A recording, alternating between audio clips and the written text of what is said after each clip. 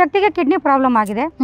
ಈ kidney problem ಅವ್ರ ದೇಹದಲ್ಲಿ ಆಯ್ತಾ ಅಂದ್ರೆ ಅವ್ರ ಚಕ್ರಗಳ ಏರುಪೇರುವಿಂದ ಆಯ್ತಾ, ಅಥವಾ ಆ ರೀತಿ ಅಂಗಾಂಗಗಳು ವೈಫಲ್ಯ ಆಗೋ ಥರ ಏನಾದರೂ ಬ್ಲ್ಯಾಕ್ ಮ್ಯಾಜಿಕ್ ಏನಾದರೂ ಆಗಿದೆಯಾ, ಅಥವಾ ಆ ಥರ ಕಿಡ್ನಿ ಫೇಲ್ಯೂರ್ ಆಗಿ ಸತ್ತಿರುವಂತಹ ಬೇರೆ ಒಂದು ಸಬ್ಕಾನ್ಷಿಯಸ್ ಮೈಂಡು ಈ ಮೈಂಡ್ಗೆ ಕನೆಕ್ಟ್ ಆಗಿದೆಯಾ. ಸೈನ್ಸ್ ಪ್ರಕಾರವೂ ಸಹ ಒಂದು ಮೈಂಡ್ ಇನ್ನೊಂದು ಮೈಂಡ್ಗೆ ಅದು ಕನೆಕ್ಟ್ ಆಗೋದು. ಓಕೆ. ಈಗ ನಾವು ಅದೇನೋ ಆಪ್ತ ಮಿತ್ರ ಮೂವೀಸ್ ಎಲ್ಲ ನಾವು ನೋಡಿದೀವಿ. ಅದ್ರಲ್ಲಿ ಏನಿದೆ, ಒಂದು ಮೈಂಡ್ಗೆ ಇನ್ನೊಂದು ಮೈಂಡ್ ಕನೆಕ್ಟ್ ಆಗೋದು. ಅದೇನು ದೊಡ್ಡ ಭೂತ ಪ್ರೇತ ಅಂತ ಅಲ್ಲ. ಓಕೆ. ಈಗ ಫಿಲಮಲ್ಲಿ ತೋರಿಸೋ ಥರ ಬಿಳಿ ಸೀರೆ ಉಟ್ಕೊಂಡು ಬಿಳಿ ಜಾಕೆಟ್ ಹಾಕೊಂಡು ಹೇರ್ ಬಿಟ್ಕೊಂಡು ಪ್ರೇತಾತ್ಮ ಅಂದ್ರೆ ಅದು ಅಲ್ಲ. ಇದು ಒಂದು ಜಪಾನಿ ವಿದ್ಯೆ. ಅಂದ್ರೆ ನಮ್ಮ ದೇಹದಲ್ಲಿ ಹಾಗಾದ್ರೆ ಒಟ್ಟಾರೆ ಎಷ್ಟು ಚಕ್ರಗಳಿದೆ? ಒಟ್ಟು ನಮ್ಮಲ್ಲಿ 8 ಚಕ್ರಗಳಿದೆ. ಓಕೆ.